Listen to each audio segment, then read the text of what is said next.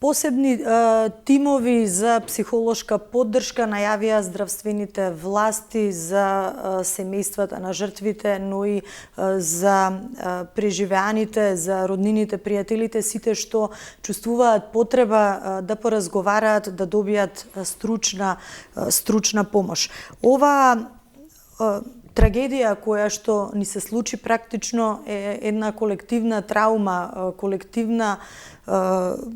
колективен еден момент што верувам дека допира до секој граѓанин кај нас и не можеме да говориме за нешто што навистина длабоко од нашите срца не понесува тага и неверување дека ни се случи. Се работи за 59 изгубени млади животи за кои што ќе треба навистина посебна стручна помош како да ја надминеме оваа колективна трагедија.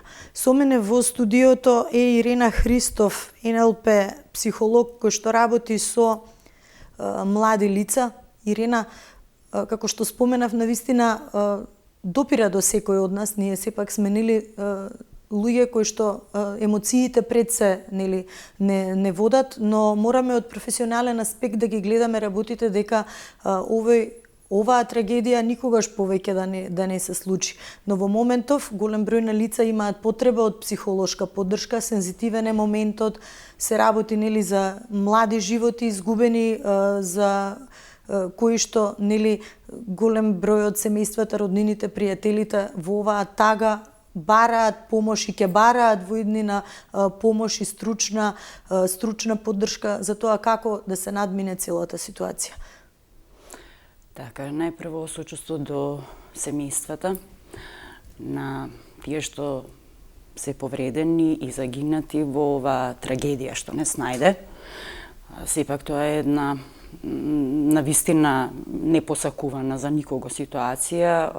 Тоа е последица можеби на некое наше однесување. Во секој случај сето она што се случило бара првенствено едно тихување, едно мирување, не поставување на постојани прашања, бомбардирање со прашања на семејствата, кои што се инволвирани во оваа ситуација. И буквално и од сите нас бара едно тихување, едно мирување со цел да може да се прифати ситуацијата. Се случуваат работи кои што не зависат од нас. Никој ова не го сакал, апсолутно. Меѓутоа, кога нешто ќе дојде, наше да успееме да прифатиме колку можеме. Во првите моменти е еден шок за секој од нас и потребно е време за да може да се соочи и да може да се прифати болката. И токму во тој период е потребна таа состојба на мир, на оставање на личноста да тагува и да излезат низ неа сите емоции. А за сето тоа е потребно време. Оно што би апелирала до секој еден е да се поштедат семејствата од поставување на било какви прашања поврзани со себе ова. Оно што може, кога ќе посека личноста да зборува, тогаш да почне да зборува. И навистина е потребна помош, психолошка помош и апелирам да си побараат помош од стручни лица, за да поминат заедно, да им олеснат во целиот овој процес, колку можат, да поминат заедно низ тоа тагување, низ тоа жалење. Значи, тоа е процес кој што бара време. Некои можеби ќе речат волку недели, 3 недели, 6 недели, 6 месеци и така натаму. Сето тоа е индивидуално, да не се базираме на бројки, да се базираме на оноа што го чувствуваме и да превземаме чекори за навистина да успееме да се справиме со оваа трагедија. Кога велат дека големите несреќи и големите среќи имаат една заедничка карактеристика, не се поимливи за рационалниот човечки ум, и тие, знаете, секогаш им се случуваат на некои други, но кога ќе се случат тука, тоа е веќе една навистина тешка состојба со која што реално мора да се соочуваме. Така е. Да, овие работи се несватливи за рационалниот ум и токму тогаш човекот бара да ги рационализира, барајќи ја причината, обвинувајќи, најчесто обвинувајќи. И слушаме постојано кој е крив, кој е прав. Значи, бараме некој логичко поврзување на настаните кои што се случиле. Токму затоа е потребна таа помош. Значи, затоа и пак ќе кажам да се обратат до соодветни лица каде што е потребна, на кого им е потребна таа помош, да ја побараат од соодветни лица, од стручен кадар се разбира. И тоа е нешто што, да, секој од нас треба да понесе одговорност кон сопственото однесување. Одговорност кон тоа, ако се вратиме наназад, што сме направиле досега. Ова е еден огромен повик до сите нас, на колективната свест. До каде сме? Што правиме? Знаете, најчесто реагираме откако ќе настане нешто. И затоа уште една што е моето мото, мојата девиза, дека секогаш треба да превенираме пред да интервенираме. Она што навистина е еден во целата ситуација дополнителен тежок момент е, ќе речам, што и помеѓу жртвите и помеѓу повредените има малолетници и тоа понесува пак една друга насока на целиот проблем, нели, зошто малолетници да се најдат во раните утрински или доцните ноќни часови во дискотека. Сега ова го изолираме за овој случај, меѓутоа генерално можеби треба да говориме нели и за грижата на родителите, за одговорноста на родителите. Така, ова е одговорност на сите нас, затоа и споменав колективната свест. Значи, оној дел од раселувањето на младите кај нас, сега е ова исто така огромна загуба на млади личности. Значи, секој еден од нас како возрастни треба да понесеме одговорност за тоа што создаваме, како создаваме.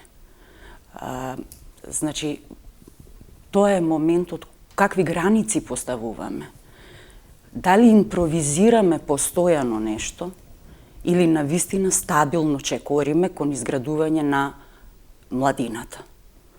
Значи, ова е пораз на нас, возрастните. И затоа треба буквално едукација постојана. Значи, да не понесува моментот дека, окей, се е во ред. Да, се е во ред, меѓутоа дали навистина е се во ред. И тоа е тоа што треба да застанеме, да ставиме прстот на главата и да се запрашаме што правиме ние. И кога гледаме од страна, знаете, еве и како родители, нели, велам, емоциите секогаш не понесуваат, но од страна не се работи за нашето дете, се е нешто далеку, а кога ќе дојдат проблемите пред нашата врата, тогаш веќе алармот се вклучува. Но за жал некогаш е многу доцна. Така е. Така е, затоа што еве јас исто сум родител, нели, како реагираат моите, да речеме, ќерки, да велат, значи, гледаат што се случува, прибираат информации, на сето тоа застануваат и велат, чеке, пред само неколку часа постираше што се случува таму и сега одеднаш го нема. Значи, навистина не знаеш што те чека во наредниот миг. И тоа е таа одговорност што треба да ја понесеме. Каде одиме, со кого се движиме, што разговараме со било кој еден. Колку нашата доверба ја базираме на факти, на отвореност, во разговори меѓу нас во семејството. Каде се движи нашето дете, со кого се движи нашето дете, каде оди, во која институција. И секогаш стојам на тоа да се проверуваат информациите пред нешто да направите. Значи, проверете. Дури и кога ќе побарате помош од некого, проверете. Од која личност барате помош? Значи, сето тоа е една одговорност и поставување на здрави и јасни граници. Пред се кај нас, возрастните, колку ние имаме поставено сами кон себе здрави и јасни граници, колку ние ги почитуваме тие граници, колку ние се интересираме и се залагаме за нашиот просперитет, за нашето едуцирање, за тоа што сме ние, за да можеме тоа да го пренесеме потоа на младите. Значи, пред се, повторно ќе кажам, нема вакви и онакви деца. Децата не ни паднале од Марс. Значи, децата се наша одговорност пред се. Кога говориме, еве, и како родители, и како луѓе воопшто, нели велат, ети повозрастните ќе речат, па родителот последен дознава за некои работи. За жал. И во оваа колективна трага и траума во која што практично сите сме директно погодени, колку е важна таа превенција што ја споменавте, комуникацијата и во рамки на семејството, и во рамки на пријателите. Дали некако се оддалечивме низ годините и по сите овие општествени влијанија, како да се навикнавме на некои негативни, црни сценарија, па постојано се да се гледа нешто низ некоја потемна диоптрија, каде да се бараат решенијата? Колку е оваа комуникација клучна и важна база на која што ќе се градат здрави општествени односи? Основата на се е комуникацијата. Затоа што ние кога не комуницираме, комуницираме. Значи, основата на се. Особено основата на добар однос во семејството се заснова на добра комуникација и заемна доверба. Затоа е многу важно да го отвориме детето да разговара со нас, да има доверба, значи да биде разбрано. Кога детето не е разбрано, тогаш и најчесто не ги кажува секогаш информациите. И затоа велиме, па во овој случај и родителот не е виновен. И затоа велам, одговорноста е на сите нас.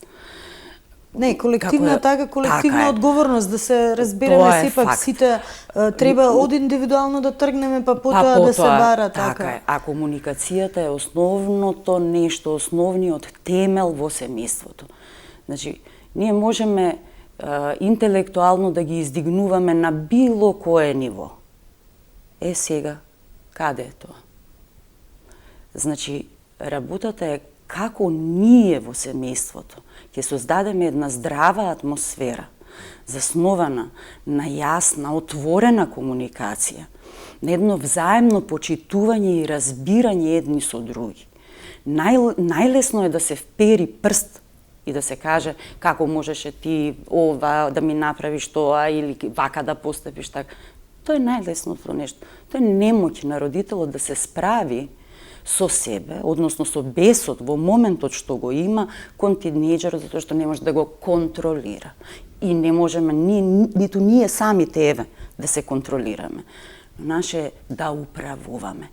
И токму поради тоа, базата на се, базата на едно здраво семејство, лежи во добрата, јасна, отворена комуникација заснована на заемна доверба и разбирање, емпатија, сочувствување. Тоа е тоа што треба да не држи и сега нас, како тоа што ни се случи, треба токму тоа да не држи. Емпатијата, сочувството и разбирањето на нашите чувства и навистина да се преземат чекори за да се едуцираме ние како нација. Многу ни е потребна едукацијата.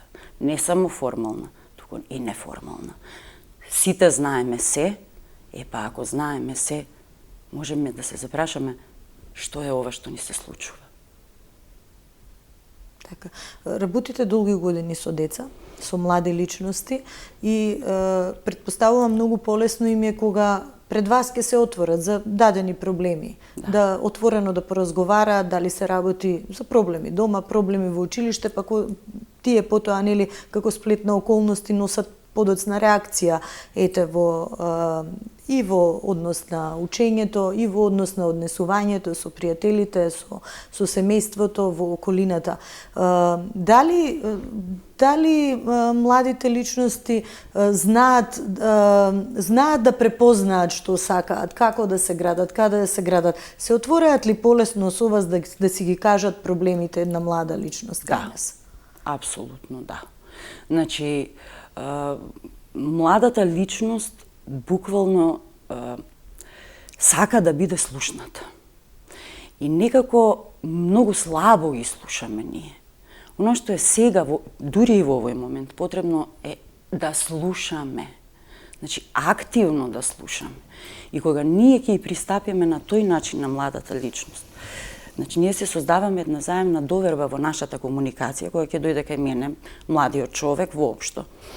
Значи, имало случаеви кога од едно доаѓање ние ќе направиме вау, нешто сензационално, затоа што се отворила, затоа што тука спроти неа, до неа, седи личност која е нејзина поддршка, која ја разбира.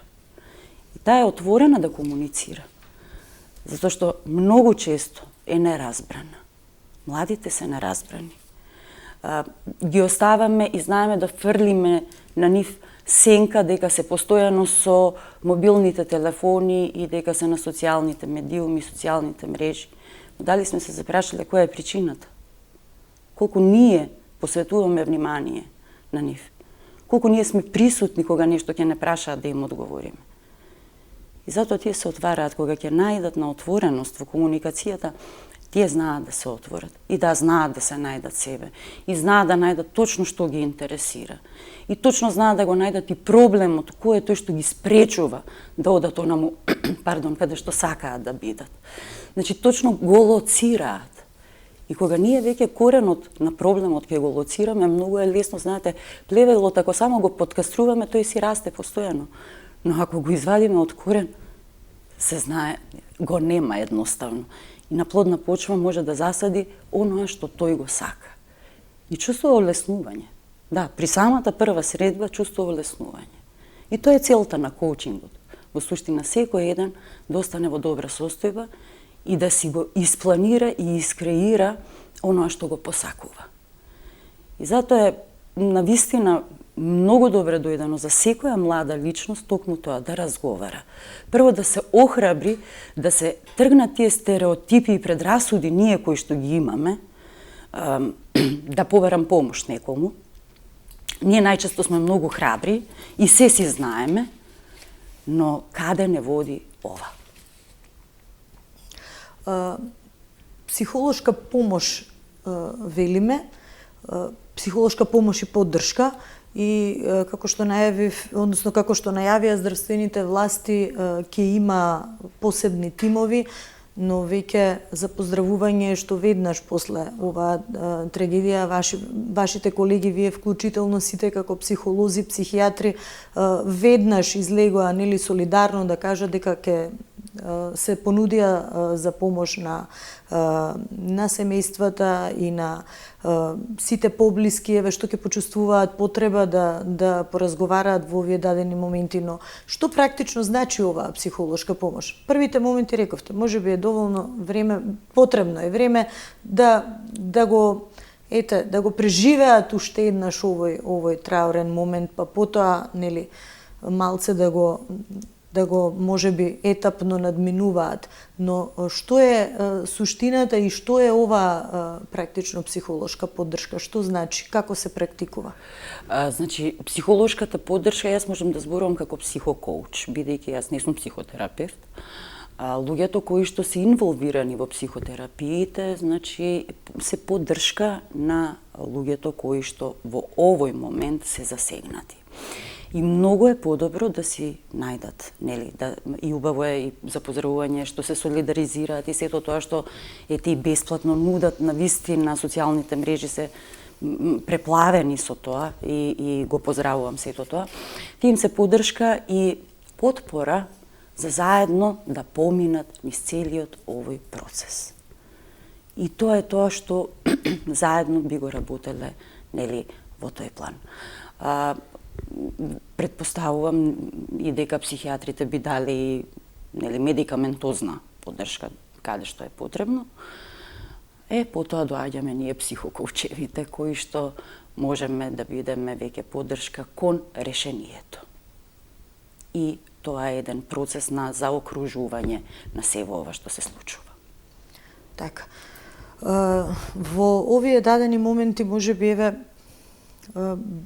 да поразговараме и за влијанието на социјалните мрежи. Сега тие се преплавени со она што овие 2 дена се случи со трагедијата, со пожарот кој што однесе 59 животи, значи шок и неверување за целата јавност, дури и за регионот, значи има поддршка од сите страни, и медицинска, но и една солидарност која што во овие дадени моменти е, мислам, многу потребна. Да, и за поздравување и за соседите, нели, што излегува во пресред, дури и тие толку се солидаризираат, што и Србија прогласува ден на жалост. Навистина е многу важно и неопходно на една кога ја гледаме пошироката слика, токму таа солидаризација, токму тоа сплотување на масите за поддршка и помош. Затоа што тоа има едно, да речеме, значење за надминување на траумата. Зашто траумата знае да остави наистина големи последици, посебно ако ја ставаме под тепих и емоциите да ги ставаме под тепих, затоа што знаете во овој случај има, да речеме, дел од надминување на траумата и на сево ова кога емоциите ќе ги исклучиме, и најчесто траумата е така и настанува. Кога емоциите ќе ги исклучиме и ќе се фокусираме на сосема нешто друго, да бараме решение, а другото е кога одиме интуитивно. И во овој сегмент оваа сплотеност навистина помага на едно колективно ниво да се надмине се во ова со една огромна поддршка која што се чувствува во етерот во сите нас. Како едно огромно сплотување кое што не прави на некој начин и посилни за да можеме да се соочиме првенствено и да го прифатиме овој момент. Само кога ќе се соочиме и ќе го прифатиме, тогаш можеме и да го исцелиме. До тогаш ќе лебди, но кога сме заедно сплотени, сето тоа ќе гледаме на некој полесен начин колку можеме да го надминеме. И навистина секоја чест што пружаат помош, секаква помош и медицинска помош и поддршка воопшто на сите нас. Скопје беше 63-та прогласен за град на солидарноста. Сега Македонија доаѓа да биде како држава на солидарноста, вклучувајќи ги сите оние кои што ни помагаат, земји кои што ни помагаат. Така, тагува и Кочани, тагува Македонија, тагува регионот. Би сакала уште едно прашање, велат некој може да се исплаче и полесно му е кога ќе се исплаче, но што е со оние кои што ја потиснуваат тагата во себе? Тогаш настанува траумата. Значи, кога тагата ќе ја потиснеме, таа останува како една рак рана. Траумата не е ништо друго освен една отворена рана, која што буквално кога ќе дојде одреден тригер, одредена некоја ситуација која што ќе потсетува на такво нешто, е како буквално да фаќате со прст и тоа нешто да имате на прстот на отворената рана. Толку боли и пече ако се потиснува сето тоа. И затоа е многу добро во процесот кога ќе дојде на жалење, на тагување, да се истагува, да се изжали сето тоа, да се исплаче, затоа што сето тоа се насобрани емоции. И емоцијата, ако не ја изразиме, останува некаде заробена. Таа емоција потоа создава и одредени билетациони места на кои потоа се надоврзуваат и одредени болести. Како дел од психосоматиката, се ова можам да го кажам. И затоа е многу подобро да се исплаче, да се напише, да се сними глас, да се извика. Затоа се секоја чест за психолошката поддршка, тука се тие, за сето тоа заедно да го надминат. И да бидат охрабрени тоа да се надмине во моментите кога навистина тие ќе одлучат за такво нешто и да се отворат. Едноставно да се отворат и колку е можно тоа да го исплачат и истагуваат заедно со поддршката. И овие НЛП тренинзи сигурно кои што ги практикувате, нели тие и директно се поврзани? Директно се поврзани, тие се поврзани уште со самата превенција. Значи и тренинзите и психокоучот, значи јас стојам тука како психокоуч, како поддршка, значи и самите тренинзи, самиот разговор како психокоуч, применувајќи ги НЛП алатките и оние нели одредени психолошки алатки ние што ги имаме во психокоучот, може да се помогне на личноста, посебно на младите, кои што навистина имаат нешто нерасчистено, сакаат да си помогнат на себе и затоа велам оно што јас го работам уште како превентива од сето тоа. Значи да не дојде до ова што сега дошло. Се случи. Индивидуални или тимски? Индивидуално и групно. Да, работиме со тоа што индивидуално работам исклучиво на психокоучот на оваа тематика.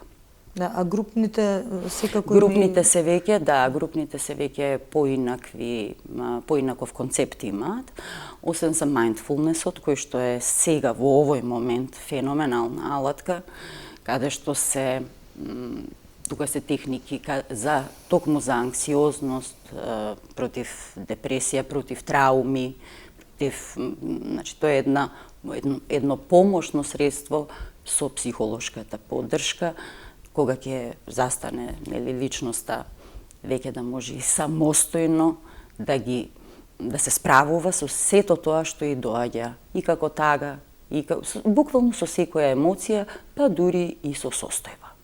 Така.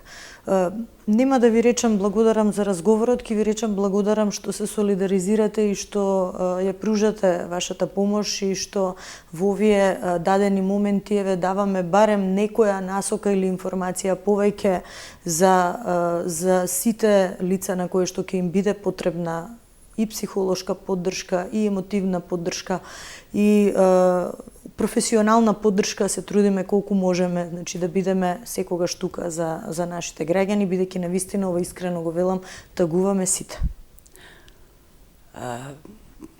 Благодарам што ако успеав барем малку да создадам некој мигновен мир и надеж и верба кај секој еден гледач, кај секој еден слушател, и моите апели и смирување да дојдат до оние лица на кои тоа им е потребно. Така.